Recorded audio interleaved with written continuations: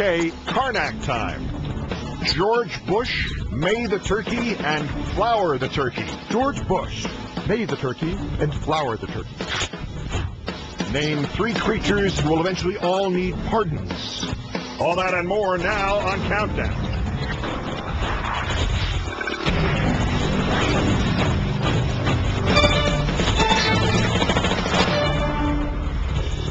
Good evening. This is Tuesday, November 20th, 350 days until the 2008 presidential election.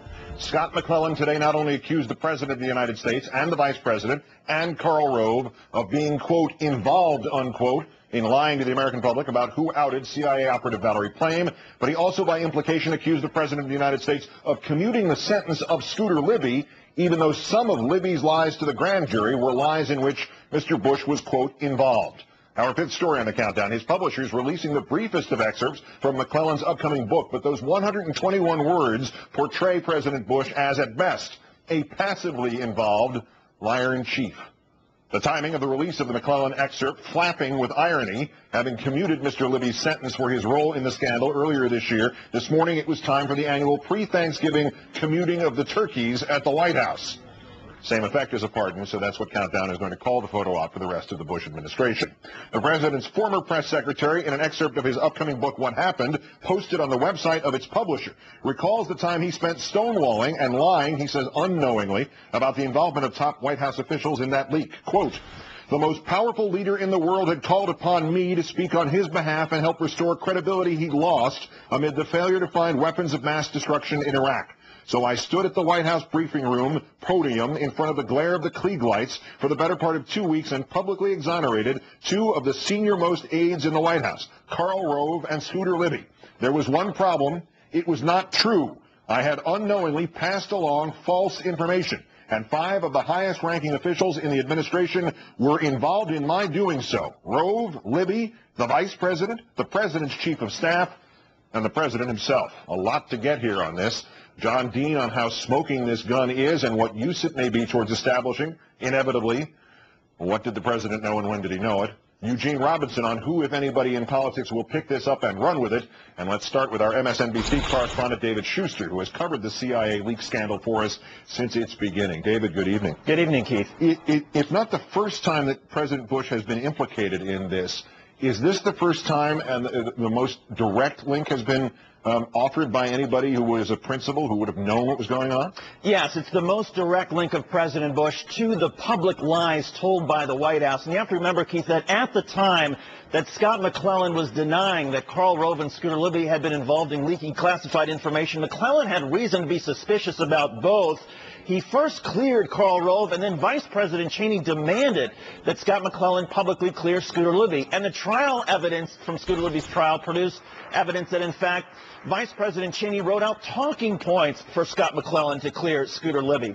The key question in all of this is, what kind of conversation did McClellan have with President Bush? Did McClellan say, you know, I'm a little worried about this, and the President said, hey, the Vice President wants you to do this, go ahead and do it, or the Chief of Staff wants you to do it, or Karl Rove wants you to do it?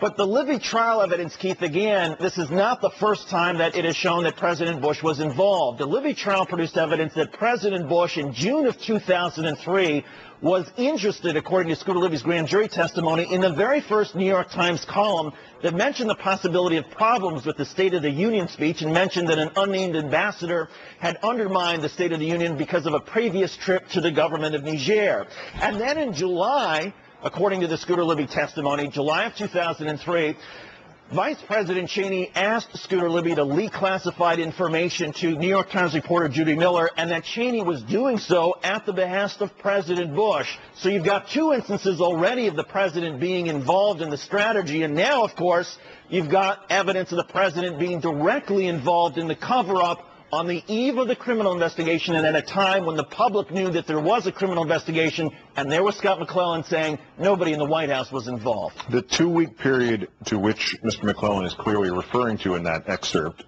September 2003, he told reporters that Karl Rove and Scooter Libby never leaked the identity of Valerie Plame, and he also said that the President knows Mr. Rove was not involved.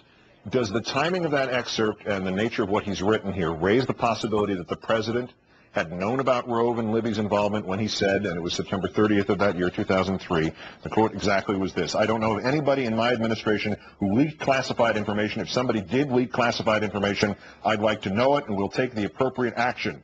Is there an indication that he knew that wasn't true, yet he kept on denying that he knew the identity of those who were involved? Yeah, there is every indication now that, in fact, the president knew that there had been people in his White House who had leaked classified information. And again, it gets back to Scott McClellan going to the president saying, you know what, I've got some concerns. What should I do? Should I publicly clear Karl Rove and Scooter Libby?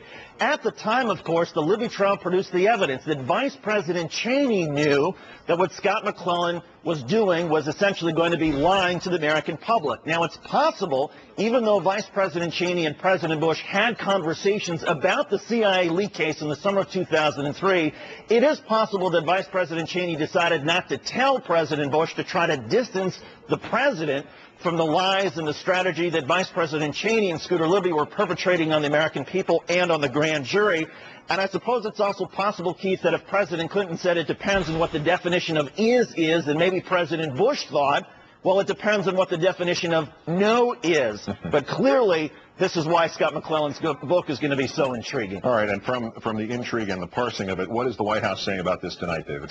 Well, the White House is suggesting that President Bush was misled, just like Scott McClellan, that while Scott McClellan was misled by Karl Rove and Scooter Libby, so too was President Bush. So there you have the White House in the unusual position of trying to water down what Scott McClellan's publisher is putting out there. And yet, at the time that the White House is watering this down, you have a lot of people in Washington who say, wait a second, when it comes to credibility, the people who are saying, oh, no, the president did this unwittingly, these are the same people who have such huge credibility problems, Keith, because of this very CIA leak case. MSNBC's David Shuster. And here we go again, the same old story coming back to get us. As always, great thanks, David. Thanks, Keith.